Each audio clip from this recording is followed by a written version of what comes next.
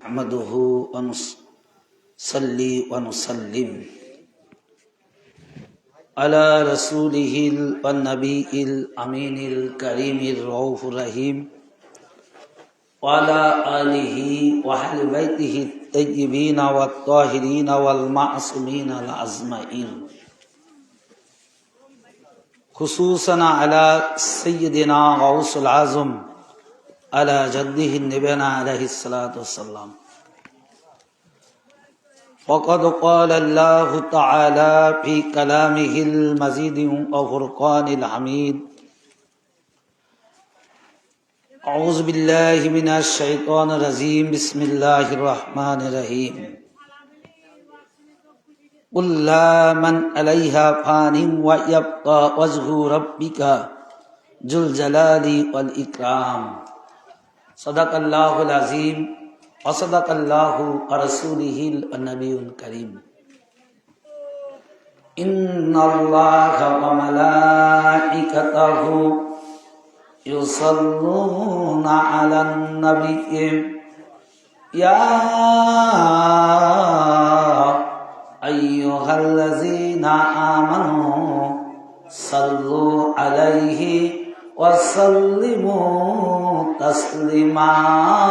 اللهم صل على سيدنا مولانا محمد وعلى آل سيدنا شفيعنا محمد. اون ہے ان کے برابر یا علی مرتضی، کون ہے ان کے برابر یا علی مرتضی. سیدہ ہے جن کے ہمسر یا علی مرتضی.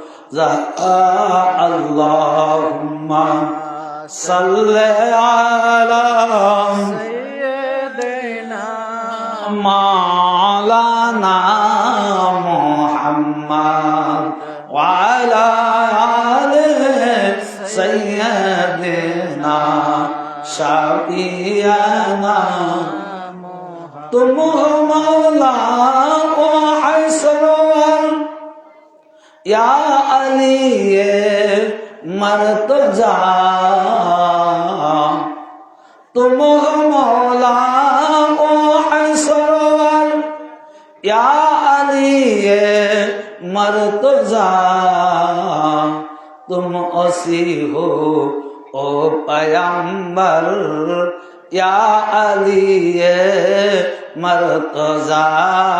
اللہم صل علی سیدنا مولانا محمد وعلی آل سیدنا حبیبنا محمد.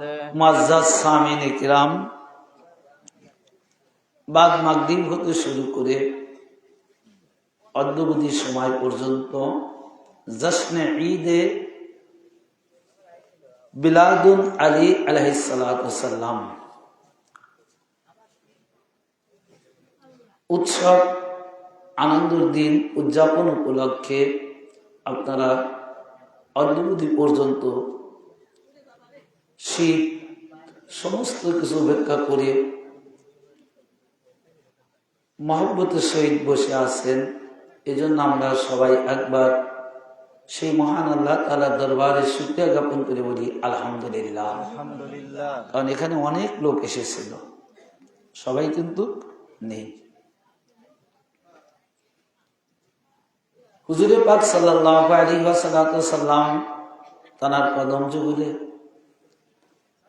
তানারই পাক পাঞ্জাতন আহলে বাইত কিবলা কাবা, আহলে বাইত কিবলা কাবা হতে শুরু করে বর্তমান জামানার ইমাম আমাদের আকা মাওলা, বর্তমান জামানার গদিনিশীন আমাদের পীর ও মুর্শিদ হযরত সৈয়দ শাহ ইয়াসুফ আলী আল কাদরি আলাইহিদ্দিন পাক সাল্লাল্লাহু আলাইহি সাল্লামের কদম যুগলে জানাই ভক্তিপূর্ণ তাজিম সিজদা ও সালাম। অতঃপর আজকের এই মাহফিল পাকে দূর দূরান্ত থেকে যে সকল পীর ভাই বোনেরা হাজির হয়েছেন, খাস করে মসজিদুল কাদরিয়া খানকায় মসজিদে কাদরিয়া চলনা আঞ্জুমানে কাদরিয়ার সম্মানিত সভাপতি সহ সকল সদস্যবৃন্দুর প্রতি লাইভ টেলিকাস্টের মাধ্যম হতে দেশ বিদেশ দূর দূরান্ত থেকে যারা আজকের এই আলোচনা শ্রবণ করছেন, সবার প্রতি রইল আমার পবিত্র ঈদে মিলাদুন আলী আলাইহিস সালাতু ওয়াস সালাম উপলক্ষে ঈদ মুবারকবাদ, শুভেচ্ছা, অভিনন্দন, সালাম। আসসালামু আলাইকুম রাহমাতুল্লাহি ওয়া বারাকাতুহু। আমি আজকে আপনাদের মাঝে কোরআন থেকে একটি আয়াত পাক তেলাওয়াত করেছি। এই আয়াত পাকের আলোকেই খুব অল্প সময় আপনাদের মাঝে আলোচনা করব, যদি আমার মালিক মওলা পাক তিনি দয়া করেন, কারণ তার দয়া ছাড়া আমরা বেকার, আমাদের চলার মতো কোনো শক্তি নেই। আল্লাহ তাআলা সূরা আর-রহমানের এই আয়াত পাক মহান আল্লাহ রাব্বুল আলামিন তিনি বলতেছেন, কুল্লু মান আলাইহা ফানিন ওয়া ইয়াবকা ওয়াজহু রাব্বিকা জুল জালালি ওয়াল ইকরাম, যে সেই দিন সমস্ত কিছু ধ্বংস হয়ে যাবে, কোনো কিছুই থাকবে না, একেবারে ধ্বংস হয়ে যাবে। ওয়াজহু চেহারা, রব বিকা রব্বু কি বলে রব বিকা অর্থাৎ প্রভুর চেহারা, মানে আপন সত্তা, সেই মহান আল্লাহর চেহারা ছাড়া যা কিছু থাকবে সমস্ত কিছু ধ্বংস হয়ে যাবে, শুধুমাত্র সেই মহান গরিয়ান সম্মান আল্লাহ তাআলার চেহারা ব্যতীত। তো এখানে এখন প্রশ্ন হলো যে আজকে দেখেন ধ্বংস কে হয়? বস্তুগত সত্তাই ধ্বংস হবে, যার আকার আছে এক কথা, যার আকার নাই সে কখনো ধ্বংস হবে না, তার প্রলয় নেই। তো এখন হ্যাঁ, আকার ছাড়াও আছে, আবার অনেকে বলবে যে আকার নাই, বাতাসের তো আকার নাই, কারণ বাতাস অনুভব করা যায়, তার কিন্তু চেহারা কেমন এটা কিন্তু দেখা যায় না। যদিও কোরআন পাক এখানে বলছেন কুল্লামান হা আলাইহা ফানিন ওয়া ইয়াবকা, অর্থাৎ বস্তুগত সত্তার কথাটাই কোরআন পাকের মধ্যে বলা হয়েছে। বাতাসটাও একটা বস্তু, কিন্তু সে বাতাসের যদি আকার নাও থাকে তবু হা ধ্বংস হয়ে যাবে। বেশক বায়ু এর কোনো আকার নাই, অনুভব করা যায়, এটাও ধ্বংস হয়ে যাবে, শুধুমাত্র থাকবে আল্লাহর সত্তা, আল্লাহর চেহারা। তা এখন এই যে দুনিয়ার শুরু থেকে শুরু করে আদম আলাইহিস সালাম থেকে শুরু করে অদ্যাবধি পর্যন্ত, এটা কিন্তু আপনারা প্রত্যেকটা মতানৈক্যের আলেম প্রত্যেকেই আল্লাহ নিরাকার, আল্লাহর আকার নাই, এই ওয়াজি করতেছে। আল্লাহ নিরাকার, তবে তিনি ইচ্ছা করলে আকার ধারণ করতে পারেন, এটা তার ক্ষমতা, কিন্তু এটা করতে পারেন এটা বলা হচ্ছে, কিন্তু তার যে আকার নাই এটাই কিন্তু বেশিরভাগ ওয়াজ হচ্ছে। তো যার আকার নাই সেই সত্তা কিভাবে থাকবে?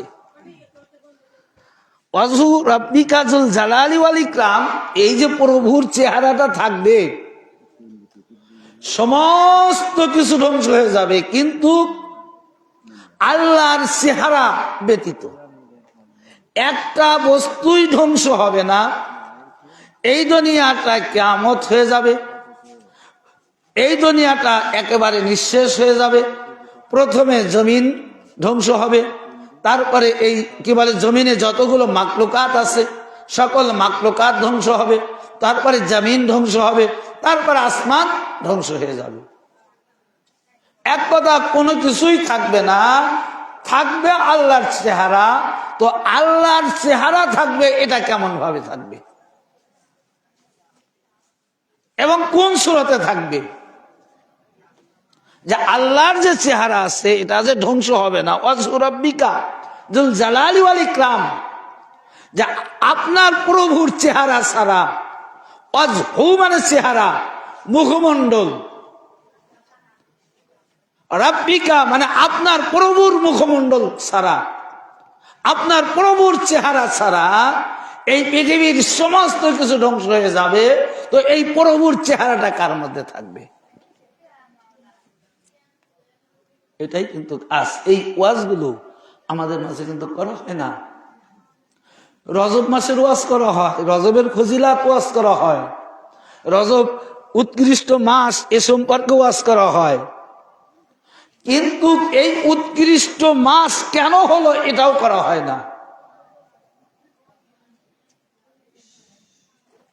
তো এখন আসুন যে আমি এই ওয়াজহু রাব্বিকা যুল জালালি ওয়াল ইকরাম,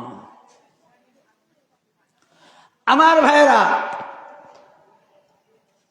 আল্লাহর চেহারা শুধু এই দুনিয়ার জিন্দেগিতেই থাকবে না, মানে দুনিয়াতে তো ধ্বংস হবেই না, থাকবেই থাকবেই।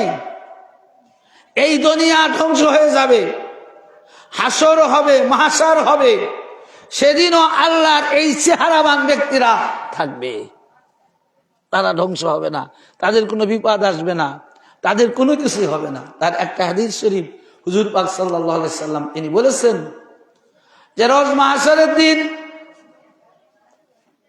যখন আসমান সূর্য মানুষের মাথার আধ উপরে থাকবেন, মগজ এত পরিমাণ উত্তপ্ত গরম হবে সূর্যের তাপে, এই মগজগুলো গলে মানুষের শরীর দিয়ে বের হবে। প্রত্যেকটা মানুষ শান্তির জন্য জায়গা খুঁজবে, পিপাসায় কাতর থাকবে, পানির জন্য জায়গা এক ফোঁটা পানি খুঁজবে। সেই মহাশয় সেই কঠিন দিনে আল্লাহর নবী বলতেছেন যে আমার আহলে বায়তের আশিকান যারা হবে, আমার আহলে বায়তের মুহিব্বিন যারা হবে, যাদের হৃদয়ের মধ্যে আহলে বায়তের ভালোবাসা থাকবে, তারা কি করবে?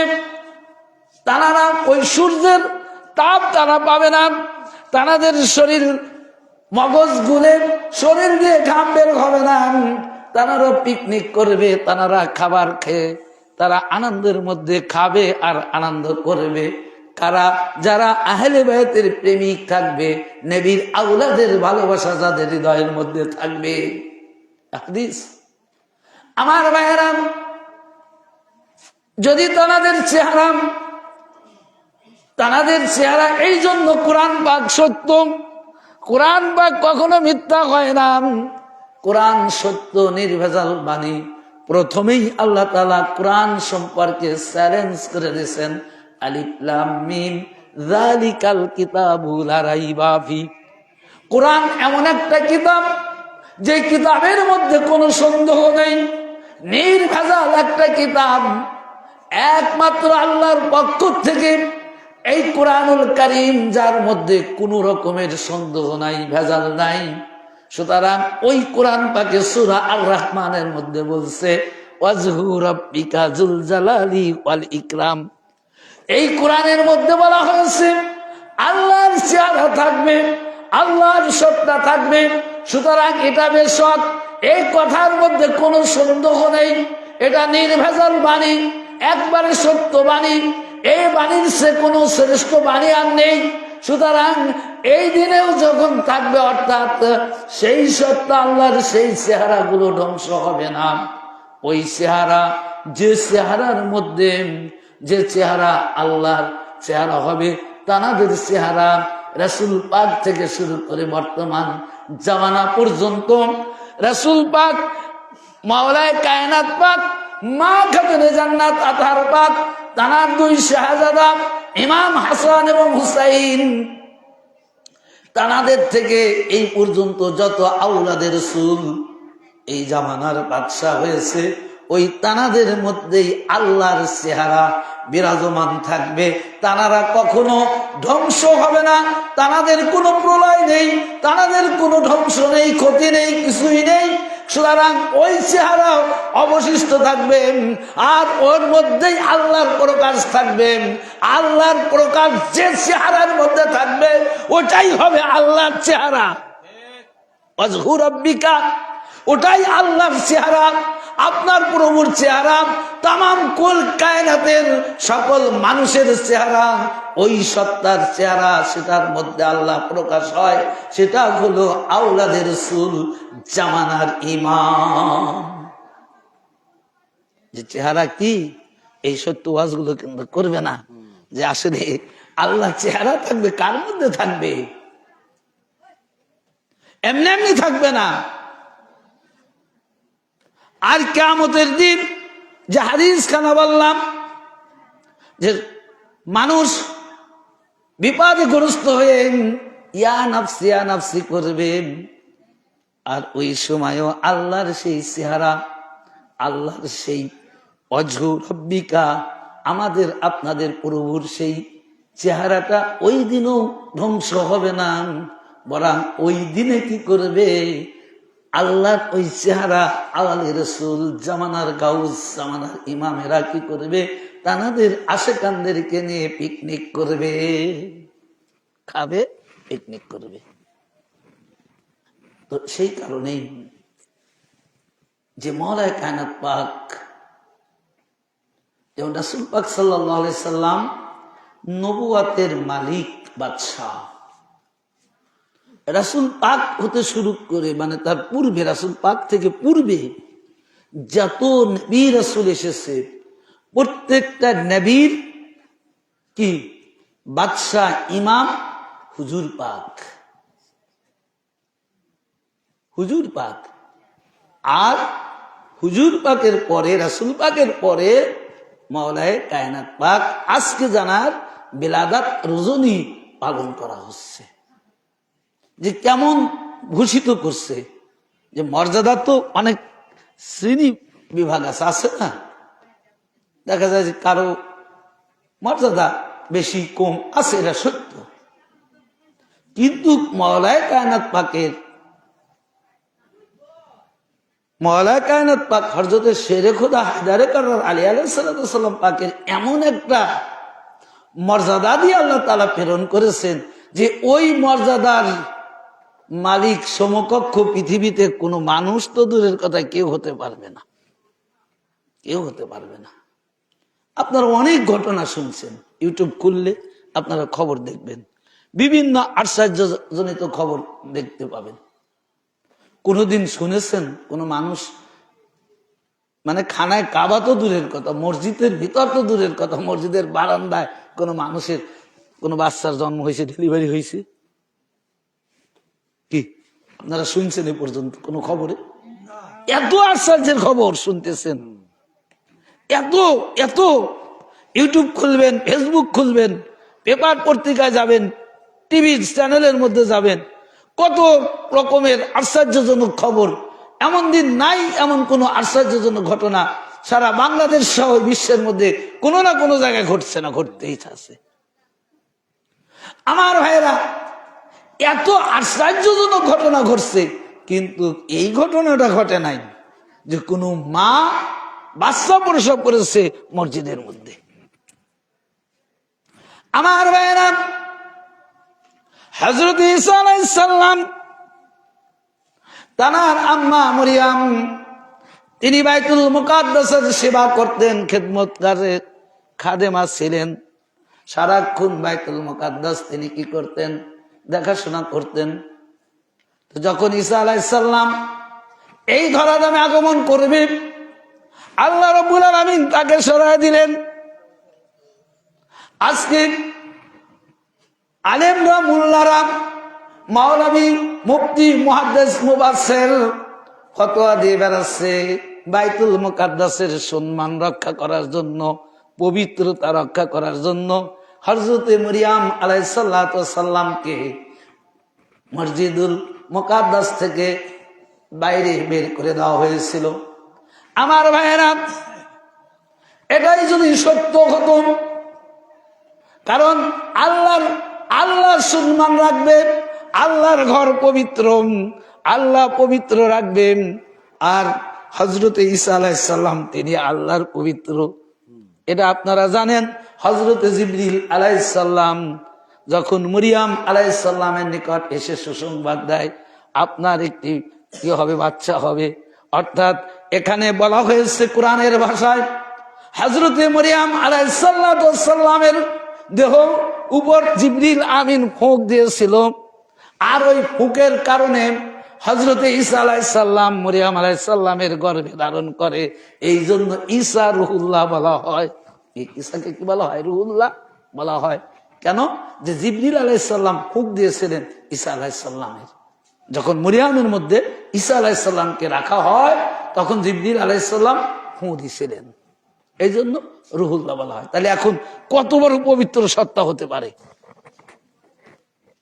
যে আল্লাহর হুকুমে জিবরিল আলাইহিস সালাম ফুঁক দিয়েছেন, জিবরিলের বাতাস। এই পবিত্র সত্তাকেও আল্লাহ তাআলা মসজিদের মধ্যে প্রসব না করায় বাইরে নিয়ে গেলেন। তাহলে এখানে কারণ একটাই, যে প্রথমে যে বলেছি যে মাওলায়ে কায়নাত পাক এই পৃথিবীর মধ্যে একমাত্র জন্ম খানায় কাবার মধ্যে থাকবে, এই রকম আর কোন শিশু এই পৃথিবীতে আল্লাহ তাআলা প্রেরণ করবে না। কোন মসজিদ তো দূরের কথা, বাইতুল মুকাদ্দাস তো দূরের কথা, খানায় কাবা তো দূরের কথা, মসজিদের নববী তো দূরের কথা, সাধারণ একটা মসজিদের মধ্যেও হযরতে অর্থাৎ মাওলা আলী আলাইহিস সালামের মতো আর কাউকে মসজিদ ঘরে আগমন করাবে না। এটাই ছিল মূল মারেফাত, যার কারণে হযরতে মরিয়মকে আল্লাহ তাআলা দূরে সরায় দিলেন। এই ওয়াজটা কেউ করে না, পবিত্রতা রক্ষা। তা আল্লাহর হুকুমের চেয়ে আর পবিত্র বস্তু কে হতে পারে? আল্লাহ তাকে তো জিবরিল দিয়ে হুক দেওয়া হয়েছে। তাহলে চিন্তা করেন যে আল্লাহর হুকের চেয়ে, আল্লাহর হুকুমের চেয়ে আর পবিত্র কোন সত্তা হতে পারে ভাই? কখন হতে পারে না। সবচাইতে বড় পবিত্র আল্লাহ, এবং আল্লাহর থেকে আল্লাহর মুখ। তো এখন সেই মাওলায়ে কায়নাত পাককে এই খানায় কাবার মধ্যে আল্লাহ তাআলা প্রেরণ করলেন এই কারণে যে এই সম্মানের তো আর কোন, এই মর্যাদাটা আর কেউ পাবে না। একমাত্র খাস খুসুসিয়াত এটা মাওলায়ে কায়নাত পাকের জন্যই আল্লাহ তাআলা নির্ধারণ করে দিয়েছেন। খানায় কাবাতে জন্ম মাওলা কায়নাত পাকের জন্যই নির্ধারিত। আজকে যদি কোনো মসজিদ ঘরে বা কোনো জায়গায় যদি কোনো অপবিত্র বস্তু লাগে, ওটা কি করতে হয়? ধুয়ে পরিষ্কার করতে হয়, পরিষ্কার করতে হয়। আর মাওলায়ে কায়নাত পাক কেমন পবিত্র দেখেন, কেমন পবিত্র বস্তু, যে মাওলায়ে কায়নাত পাক খানায় কাবাতে জন্মগ্রহণ করার সাথে সাথে খানায় কাবার মধ্যে মাওলায়ে কায়নাত পাক হযরত আলী আলাইহিস সালাম জন্মের সাথে সাথে আল্লাহ তাআলা খানায় কাবার মর্যাদা বৃদ্ধি করে দিলেন। যে খানায় কাবা আগে যেরকম যে পরিমাণ মর্যাদা ছিল, পবিত্র ছিল, মাওলায়ে কায়নাত পাকের আগমনের সাথে সাথে খানায় কাবার মর্যাদা বৃদ্ধি পেয়েছে, খানায় কাবার পবিত্রতা বৃদ্ধি পেয়েছে। কি যে যখন মাওলায়ে কায়নাত পাক খানায় কাবার মধ্যে আগমন করেছেন। কারণ কি? কারণ ওয়াজহু রাব্বিকা যুল জালালি ওয়াল ইকরাম, আপনারা এটা জানবেন যে দেখবেন যে মাওলানা কায়নাত পাকের নামের সাথে একটা উপাধি অর্থাৎ টাইটেল আছে, হযরতে আলী কারামাল্লাহু ওয়াজহু। আলী কারিমাল্লাহু ওয়াজহু এর অর্থ কি, এর ট্রান্সলেট কি হবে, ওয়ার্ড মিনিং কি হবে? কারামান মানে সম্মানিত, কারামাল্লাহু মানে আল্লাহর সম্মানিত, আল্লাহর সম্মানে ভূষিত, ওয়াজহু মানে চেহারা, অর্থাৎ মাওলানা কায়নাত পাকের চেহারা আল্লাহর চেহারার সাথে, আল্লাহর চেহারার সম্মানের সাথে ভূষিত করে আপনারাই নামকরণ করছেন। হর মতনকের মুফাসসির, মুফতি বলেন, তাফসীর কারক বলেন, মুফাসসির বলেন, মুহাদ্দিস বলেন, যে কোনো জ্ঞানী লোক কেন এটা কিন্তু বলে হযরত আলী কারামাল্লাহু ওয়াজহুল কারীম, এটা কিন্তু বলে। কেন? যে কারিমাল্লাহু মানে আল্লাহর সম্মানিত, আল্লাহর মর্যাদায় ভূষিত, ওয়াজহু মানে চেহারা, আল্লাহর চেহারা, আল্লাহর মর্যাদা, আল্লাহর শানে। তো সেই মাওলানা কায়নাত পাক তিনি অপবিত্র হতে পারে ভাই? কোরআন পাকের মধ্যে আল্লাহ তাআলা আহলে বায়তের শানে আয়াত পাক নাযিল করেছেন, পবিত্রতা ঘোষণা করে দিয়েছেন। আল্লাহ বাণী, ইন্নামা ইরিদুল্লাহু লিইয়ুযহিবা আনকুম রিজসা ইয়া আহলাল বাইত ওয়া ইউতহিরকুম তাতহীরা। এটা আল্লাহ বলেছেন। ভাই আল্লাহ যেটা করবেন, আল্লাহ যেটা বলছেন, এর উপরে যারা নিজেরা মন গড়া মতন নিজেদের মতের উপর যারা ফতোয়া দিবে, তারা কি আর মুসলমান থাকবে? আল্লাহর বান্দা থাকবে? আল্লাহর আনুগত্য হবে? আর আল্লাহ বলে পবিত্র, আর মুফতি মুফাসসির মুহাদ্দিস বলছে অপবিত্র। নাউযুবিল্লাহ। আল্লাহ বলতেছে পবিত্র, ইন্নামা নিশ্চয়ই। তাও কেমন? যে ইন্নামা মানে তাগিদের শিখা জাগাচ্ছে যে অবশ্যই। এখন যদি আমি এখানে দাওয়াত নেওয়ার সময় যদি বলতাম, উদাহরণ, ভাই আপনারা তো দাওয়াত দিলেন, আমি যাইতেও পারি নাও পারি, তাহলে আমার আসা না আসা দুটি কি সম্ভাবনা থাকতো, আসলেও আসতে পারি, না আসলেও না আসতে পারি। আপনারা সেইভাবে কাজ করতেন। আর যদি আমি বলতাম অবশ্যই যাব, অবশ্যই যাব, তখনকার কোনো সন্দেহ থাকতো যে মাওলানা আসবে না, বা যে কেই হোক আসবে না, সন্দেহ কি? তা আল্লাহ রাব্বুল আলামিন ইন্নামা ইরিদুল্লাহ, নিশ্চয়ই আল্লাহ তাআলা চান। তো আল্লাহ যেটা চান সেটা কি হয় না?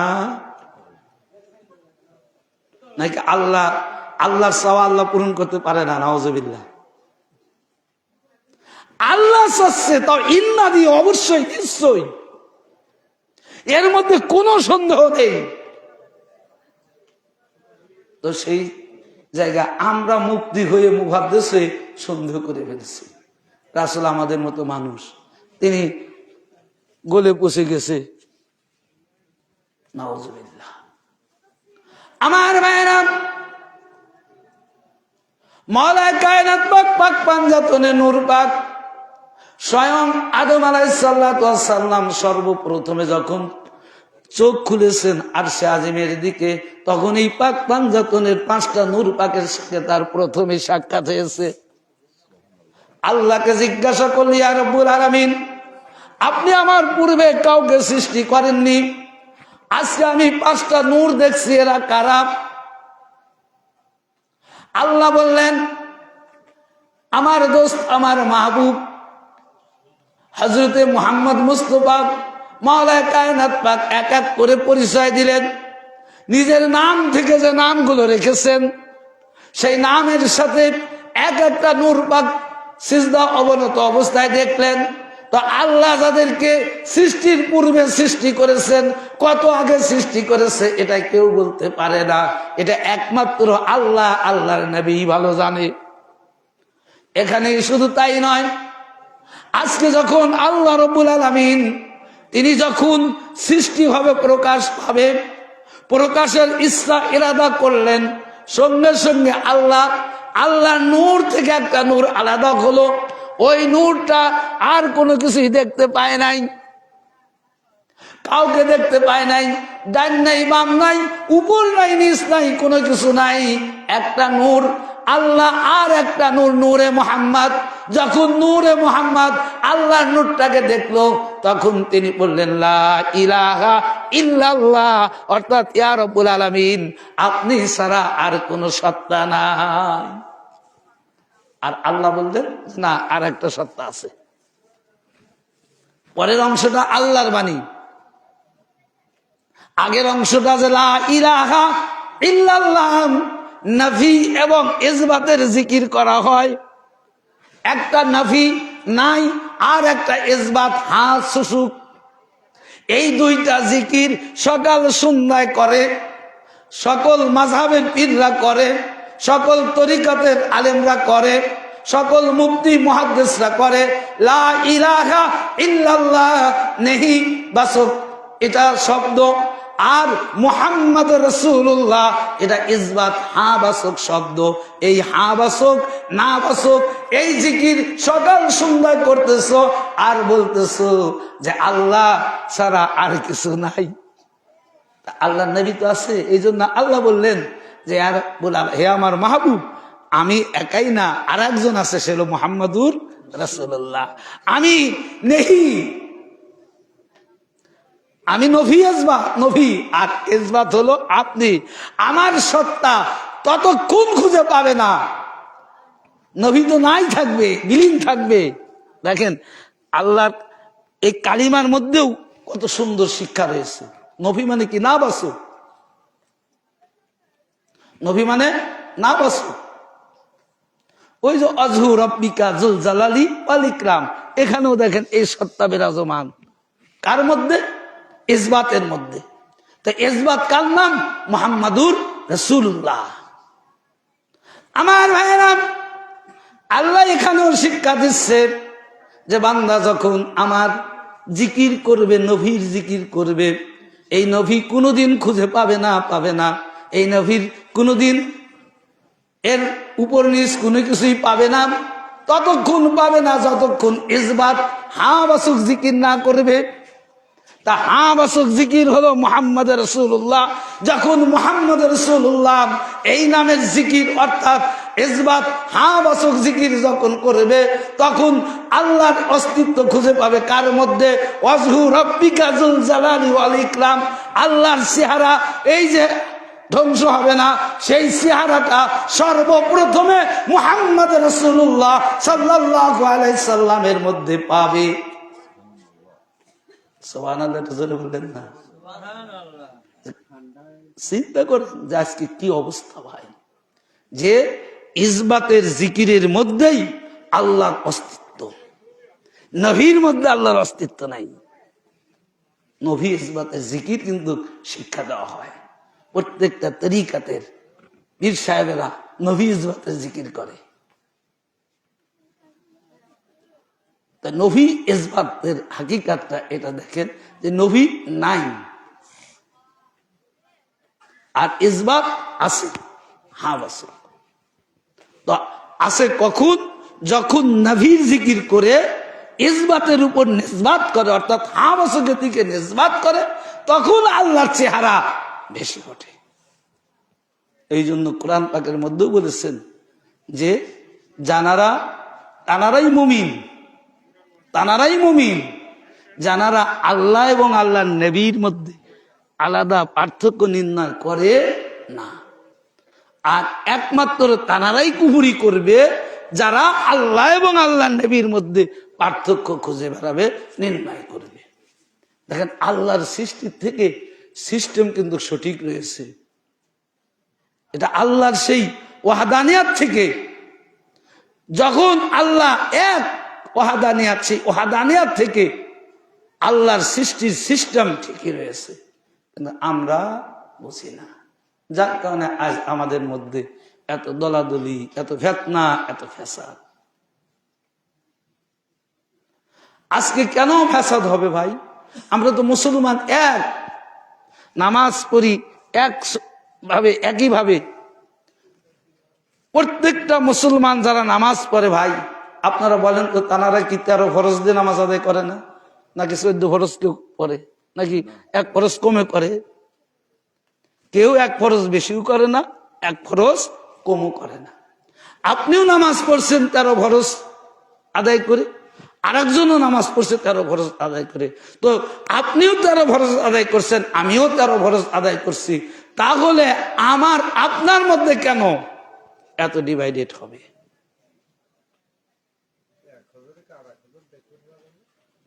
কেন এত ডিভাইডেড হবে? ওই যে মূল কারণ, যে আল্লাহ যেটা বলেছেন, আল্লাহ যেটা করেছেন, এর মধ্যে আমাদের কারো আকীদা বেশি, কারো আকীদা কম, আবার কারো আকীদাই নাই। নফিজ বলেন শেষেও দেখেন নামাজের মধ্যে আমরা শেষ বৈঠকে একটা দরুদ শরীফ পাঠ করি, পড়ি কিনা ভাই? এখানে দেখেন আলে রসুলের উপর দরুদ পাঠ করতেছি, গায়রুল্লাহ জিকির না করলে নামাজ হচ্ছে না, অথচ গায়রুল্লাহকে স্মরণ করলে নামাজ তো হারাম হবেই, আপনি মুশরিক হয়ে যাবেন। তো এখানে কেন গায়রুল্লাহকে কেন স্মরণ করছেন নামাজের মধ্যে? এটাও ফরজ। দরুদ ইব্রাহিম, যেটা বাংলা ভাষায় সবাই বলে যে দরুদ ইব্রাহিম, আল্লাহুম্মা সাল্লি আলা মুহাম্মাদিন ওয়া আলা আলে মুহাম্মাদ। আল্লাহর রাহে নামাজে দাঁড়াইছেন, আমরা কিন্তু কেউ আল্লাহকে দেখি নাই, উনি কেমন তা জানিও না, মানে নফি। এখন নামাজের মধ্যেও ইসবাত আসতে হবে, হাবাসক আসতে হবে। যতক্ষণ পর্যন্ত আপনার আমার নামাজের মধ্যে হাবাসক না আসবে, ততক্ষণ নামাজ পরিপূর্ণভাবে কায়েম হবে না। তো এই হাবাসক কি? যে আল্লাহুম্মা সাল্লি আলা মুহাম্মাদিন ওয়া আলা আলে মুহাম্মাদ, যে আগে মুহাম্মদ যেরকম প্রথমে লা ইলাহা ইল্লাল্লাহ নবী মুহাম্মদ রাসূলুল্লাহ ইসবাত হয়ে গেল, লা ইলাহা ইল্লাল্লাহ নবী আর মুহাম্মদ রাসূলুল্লাহ এটা ইসবাত হয়ে গেল। তো ইসবাতের মাধ্যমে আল্লাহর প্রকাশ। তো আল্লাহুম্মা সাল্লি আলা মুহাম্মাদিন ওয়া আলা আলে মুহাম্মাদ, আপনি সারাক্ষণ আল্লাহর জিকির করছেন, আল্লাহর কালাম পড়ছেন, আল্লাহর প্রশংসা করছেন, কিন্তু আপনার প্রশংসা, আপনার জিকির সমস্ত কিছু নবীর মধ্যে থাকলো। আর এই নবী যখন আপনার এই নবী থেকে যাবে, যখন আপনি আলে মুহাম্মাদের উপর দরুদ করবেন, তখন আপনার নামাজ ইসবাত হাবাসকের দিকে চলে আসলো। চিন্তা করছেন যে আলা আলে মুহাম্মদ, আর এই আলে মুহাম্মাদের মাধ্যমেই ওয়াজহু রাব্বিকা যুল জালালি ওয়াল ইকরাম, এই যে আল্লাহর চেহারা, আল্লাহর চেহারা মানে ধ্বংস হবে না, থেকে যাবে। এটাই হলো আওলাদের রসুল, রসুল পাকের আওলাদের বংশের মধ্য দিয়ে। এই জন্য নামাজের শেষে আলে মুহাম্মাদের দুরূদ আমাদের প্রত্যেকেরই পড়তে হয়। আর এই নামাজ কায়েম করার জন্য প্রত্যেকটা মুসলমান নামাজির একবারের জন্য হলেও আলে রসুলের দেখে নেওয়া জরুরি, কারণ না দেখলে তো চেহারা আসবে না, এই জন্য দেখে নিতে হয়। আজকের এই পবিত্র ওয়াজ মাহফিলের প্রধান বক্তা, প্রধান মেহমান তিনি এসে গেছেন। তো যাই হোক, অল্প সময়ের মধ্যে যে আলোচনাটুকু করলাম, আমরা চেষ্টা করব এই আলোচনাগুলো মাফিক নিজেদের জীবন পরিচালনা করার। মহান আল্লাহ রাব্বুল আলামিন আমাদের আপনাদের সবাইকে তৌফিক আতা ফরমাক, আমরা যেন প্রত্যেকেই আলে রসুল আহলে বাইত পাক পাঞ্জাতনের অনুসারী হয়ে মওলায়ে কায়নাত পাক তানার কদম পাকের ধুলিকণা হয়ে এই দুনিয়ার জিন্দেগির থেকে শেষ বিদায় নিতে পারি। সবাই বলুন আমিন। আমা তৌফিক ইল্লা বিল্লাহ। আসসালামু আলাইকুম ওয়া রাহমাতুল্লাহি ওয়া বারাকাতুহু।